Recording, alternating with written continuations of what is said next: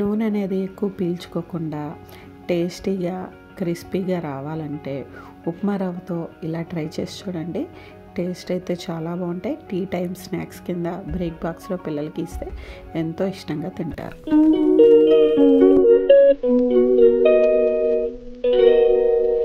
Hi, hello, how are you all? Welcome back to your channel.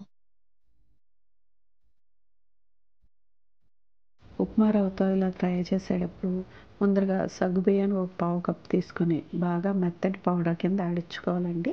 ఇలా ఆడించుకున్న మిశ్రమాన్ని ఒక బౌల్లోకి వేసేసుకొని మళ్ళీ అదే కప్పుతో 2 కప్పుల ఉప్మా రవ్వ తీసుకోవాలండి. తెల్ల నూక తీసుకొని దానిని కూడా మిక్సీ పట్టుకొని ఇలా ఫైన్ పౌడర్ కింద చేసుకోవాలండి. ఈ 2 కలిపేసి బౌల్లో వేసుకున్న తర్వాత దీంట్లో కొంచెం మంచి ఫ్లేవర్ని ఇవ్వడానికి కారంగా ఉన్న పచ్చిమిరపకాయలు, అల్లం, ఉప్పు వేసుకుంటే సరిపోతుందండి. ఈ మిశ్రమాన్ని మిక్సీ పట్టుకున్న తర్వాత పిండిలోకి వేసేసుకుని దీంట్లో కొంచెం వాము, నువ్వులు కలుపుకోవాలండి. దీంతోపాటు తగినంత ఉప్పు కూడా వేసేసుకొని దీంట్లోకి నేనైతే ఇక్కడ బటర్ క్యూబ్స్ వేసుకుంటున్నానండి. మీ దగ్గర ఉంటే అవి వేసుకోండి, లేదా వెన్న వేసుకోండి, లేదా కాచిన నూనె వేసుకోండి. వెన్న వేసుకుంటే గుల్లగా వస్తాయి. ఇందులో సగ్గుబియ్యం పిండి వేయటం వలన ఇది మంచి క్రిస్పీగా నూనె అనేవి పీల్చకుండా వస్తాయండి. కొంచెం పసుపు వేస్తే కలర్ బాగుంటుంది. ఇది ఇలా ముద్ద కట్టేదాకా అయితే గట్టిగా కలిపి పెట్టుకోవాలండి.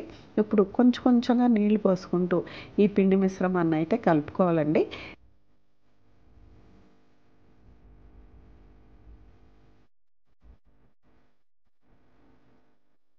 నీళ్ళు అనేవి కొద్ది కొద్దిగా వాడుకొని పోసుకోవాలి. వేడి నీళ్ళు అక్కర్లేదండి, మామూలు నీళ్ళతో కలుపుకుంటే సరిపోతుందండి. పిండి కన్సిస్టెన్సీ అనేది ఇలా వస్తే సరిపోతుందండి. ఎంత బాగా పిండిని మనం కలిపితే అంత బాగా సాఫ్ట్గా వస్తాయండి. ఇలా కలుపుకున్న ఈ మిశ్రమాన్ని ఒక 20 నిమిషాలు అయితే రెస్ట్ ఇవ్వాలండి. ఇలా ఇవ్వటం వలన పిండి అనేది ఇది ఉప్మా రవ్వ కదండి, బాగా వాటర్ పీల్చుకొని తర్వాత మనకి ఇవి వేయించుకునేటప్పుడు నూనె అది పీల్చుకోకుండా కూడా ఉంటాయి. చూడండి 20 నిమిషాల తర్వాత పిండి ముద్ద ఇలా అయింది కదండి.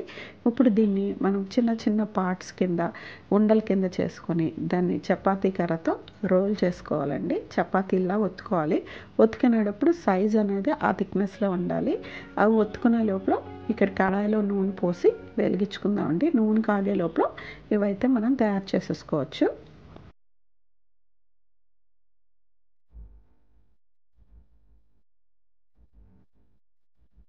చూడండి చపాతీ కర్రతో ఇలా రోల్ చేసుకున్న తర్వాత కొంచెం థిక్గా ఉండాలండి. మరీ పలుచగా ఉండకూడదు, మరీ లావుగా ఉండకూడదండి.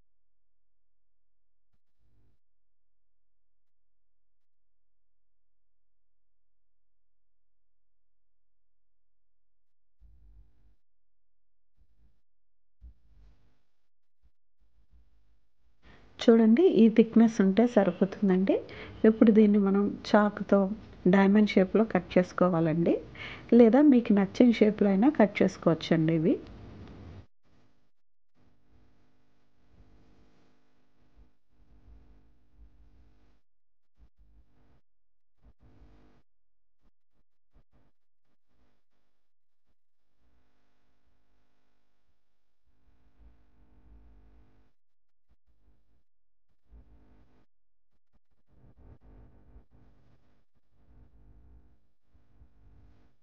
ఇలా కట్ చేసుకున్న వీటిని నూనె కాగిందో లేదో చెక్ చేసుకున్న తర్వాత నూనె కాగాక మాత్రమే ఇవి వేసి వేయించుకోవాలండి. నూనె కాకుండా వేసామనుకోండి నూనె పీల్చుకుంటాయి, మెత్తగా వస్తాయండి. ఇలాగా ఈ చిన్న చిన్న టిప్స్తో తయారు చేసుకున్నాం అనుకోండి గుల్లగా వస్తాయి, మంచి టేస్ట్గా ఉంటాయి, ఎక్కువ రోజులు నిల్వ ఉంటాయి. ప్లస్ నూనె అనేవి పీల్చవండి. ఒక్కసారి అయితే ట్రై చేసి చూడండి.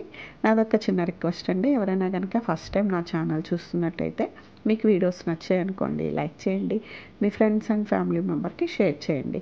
సబ్స్క్రైబ్ చేసుకొని బెల్ ఐకాన్ ప్రెస్ చేశారనుకోండి నేను పెట్టే ప్రతి నోటిఫికేషన్ మీ వరకు వచ్చి చేరుతుందండి. దీంట్లో మనము కొంచెం అల్లం పచ్చిమిరపకాయ వేసాం కదండి, ఆ ఘాటు ఫ్లేవర్తో రుచి అయితే అద్భుతంగా ఉండండి. ఇవి ఇప్పుడు ఇలా వేయించుకున్న తర్వాత వీటిని వేరే ప్లేట్లోకి అయితే తీసేసుకుందాం. చూడండి నూనె అనేది అస్సలు పీల్చుకోవు, నూనె అనేది అంటదండి. ఇవి నెల రోజులైతే నిల్వ ఉంటాయండి. రుచి చూసాక పిల్లలు కానీ పెద్దలు కానీ ఎంతో ఇష్టపడి మళ్ళీ మళ్ళీ చేయమంటారండి. నిజంగా అంత టేస్ట్గా అయితే వచ్చాయి. ఒక్కసారి అయితే ట్రై చేసి చూడండి. వీడియో నచ్చితే కనుక ఒక చిన్న లైక్ ఇవ్వండి, సబ్స్క్రైబ్ చేసుకొని ఛానల్ అయితే ఫాలో అయిపోండి. మరో మంచి వీడియోలో మళ్ళీ కలుద్దామండి. థ్యాంక్ యూ అండి. Thank you so much for watching.